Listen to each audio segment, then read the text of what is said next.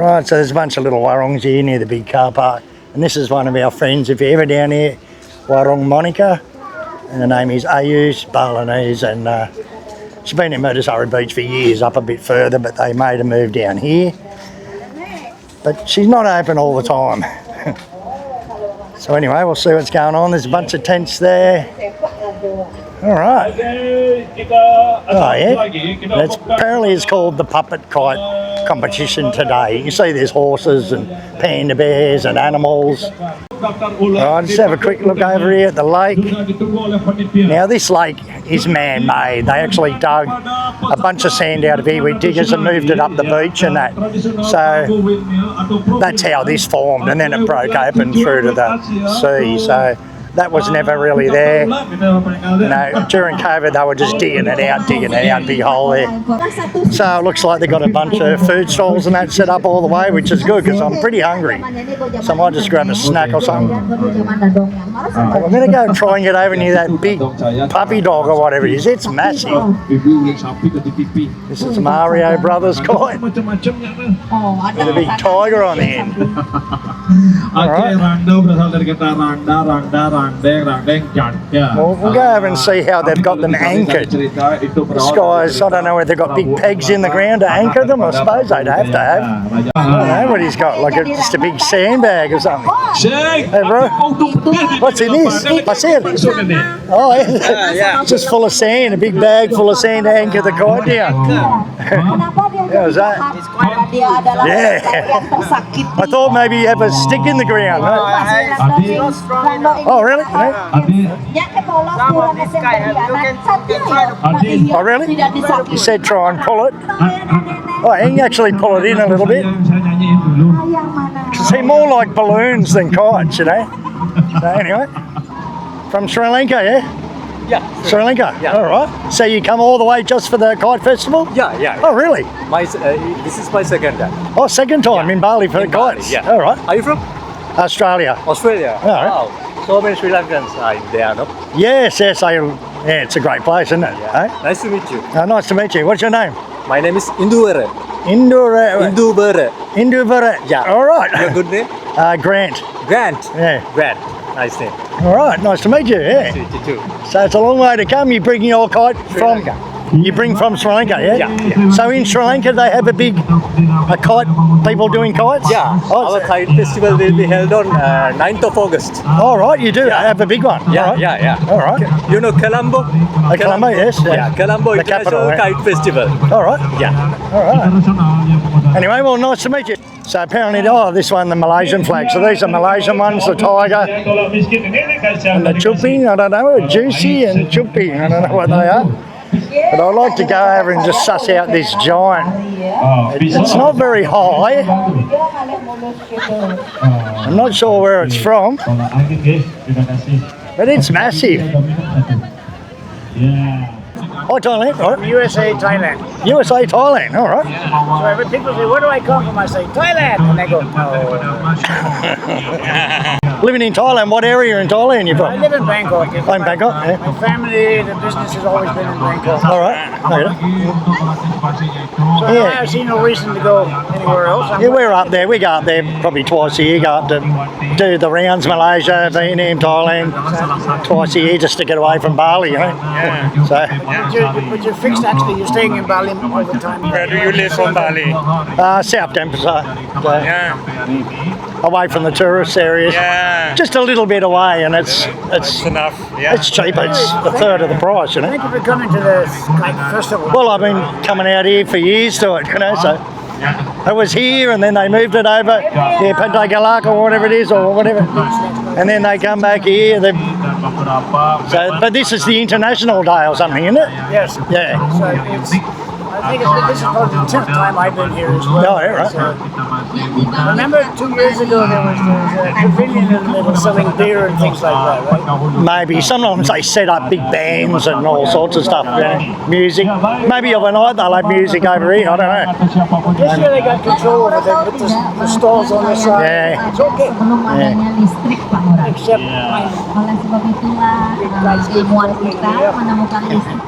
So these are Indonesian kites, big. Rare Argon Festival. Anyway, I can't see too many. Anyone, this one's got the flags, a Malaysian one, otherwise you really don't know what they are, but apparently there's a few other countries. What's that kite up there's got Malaysia written on it? Bali, yeah. Alright, so we're going to go and try and get something to eat. So it looks like it's pretty well low tide at the moment, look at it. There's a few people here, but it's pretty early in the morning, you know, so we're going to walk out in the breakwall here, maybe go through on the Murdasari and see if we can get something to eat. Wow, look at all the drums of petrol there for the dive boats. Kite surfing going. Check that out. It's a good area to kite surf out here.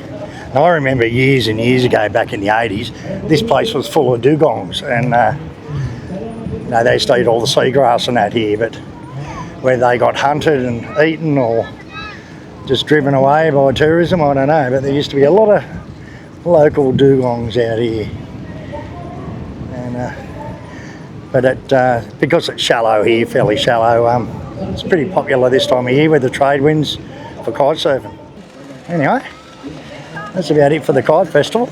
It's good, there's a lot of people here, but I'm sure it's going to get busy. It was on yesterday, all the Balinese ones apparently, but this is the international, like, puppet one with the, you know, the puppets, the tigers, the lions and the Marios and whatever. So anyway, we're pretty hungry, so we're going to go and find something to snack on, I think. So this is Pantai Murdasari. Now if you come out here of a Sunday, all the locals come to the beach of a Sunday. It's just a thing, and they do, and you just get hundreds and hundreds of locals out here. So this is more the local end of Sanur, where the locals hang out, the old expats hang out down here, a lot of them. There's a little thing here they've got for the kids. You can rent a little styrofoam, and you can rent it and the kids paint it. It's a good idea, keep them busy. Alright, so this is Cafe Kasuma. And we used to come and hang out down here and eat and drink and hang on the beach here years ago. So anyway, from here through up, it's just all the resorts and that. So this is the big new one that they were building right through COVID. It started before COVID, and it's all finished and open now. So wow, it looks nice. It's busy in there. And they're like big townhouses at the back, or like hotel rooms, yeah. So as I was saying in the beginning of the video, Warong Monica, she used to be just here on this corner here.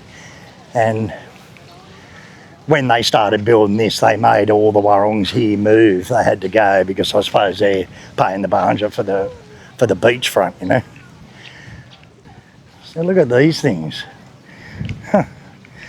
These are like pedal boats sort of things. Look at them.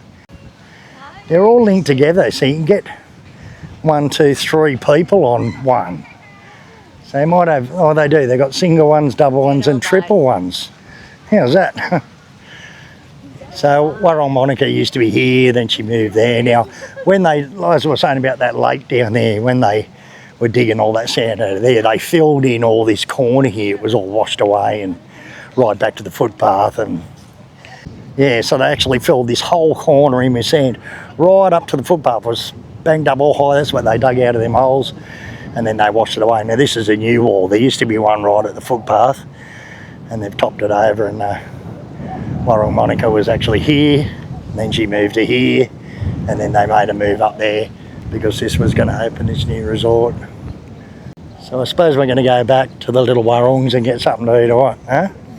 Yeah, so I wonder how much it is a night. I'll look it up on Traveloka and see how much it is a night to stay there. Probably wouldn't be cheap right on the beach. It's not sort of my thing really, resorts like that, hanging around the pool all day. I'd rather be out away from all that. It's a beautiful clear day. See Sarangan over there, Sarangan Island, Turtle Island. Let's film this kite surfer for in it. He's been doing some big jumps and that. He'll turn around here and go back, and we'll see if he gets a jump going. There he goes. Wow. Santai, bagus ya.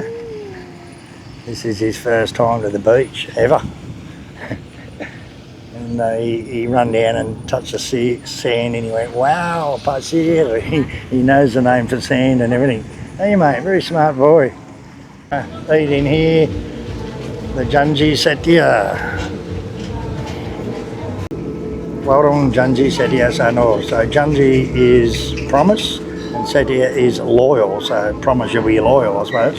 Warung Janji Setia SANUR'S. It's a full in-day menu, just nasi goreng, mee goreng, soto, chicken burgers, chapchai. The tables are made out of old sewing machine frames with the old Singer sewing machines, and you used to pedal it. It's got the wheel. The pedal still works. Look. Creative. They'll use it. They won't throw something away. They'll just make a table out of it. All right, so we're just looking up that Sumitra Luxury Villas and Resort by Pramana. And the prices are Travelsafe 3,062,000, Booking.com 3,400,000, Agoda 3,100,000, and Klook, Timon Klook.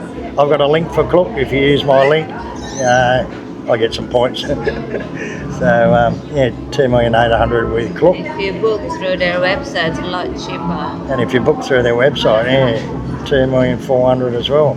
Trip.com 2,700,000. So it's all different prices depending what app you use. Right, so those have got Kelapa Muda, a young coconut. Kelapa is the name for coconut. Muda is young, so young coconut. Kasibu. Right, so I got an ST Tawar. It's like tea with no sugar. And juice Samanka. Samanka is watermelon. This is Kenzo's first time ever drinking a coconut. Oh, and he likes it. Look at that. Huh?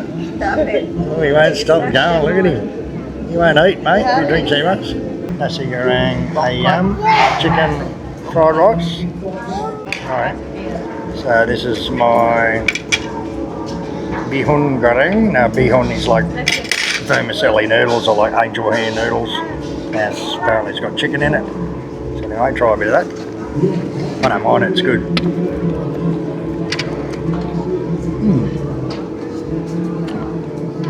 It's got a good flavour, it's pretty good. Alright, it's not a bad feed actually, it's a good little warung. There's not many warungs down here anymore at Murdasari because they used to be all along the beach and they've ripped them down because they built that new big resort up there, so so a lot of them are gone, so this is a typical little warung. They've got the little tiny ones around the edges there, which most of them are just selling bakso and satay and stuff like that. Anyway, it's not too bad. Janji Setia, so warung. Really wants to get one of these coffees out of their SouthernCrossGO coffee. Yeah. Hey, bro. Oh, they're already made up. All right. So he's got them pre-made. All right, that's a good idea. And I suppose I just open it up, put some ice in it. Kenzo's found the toy cart. What do you got, Kenzo? You want a truck? Wow. Trust him to find the cart toy straight away. What's that, Kenzo? Big truck. Hey?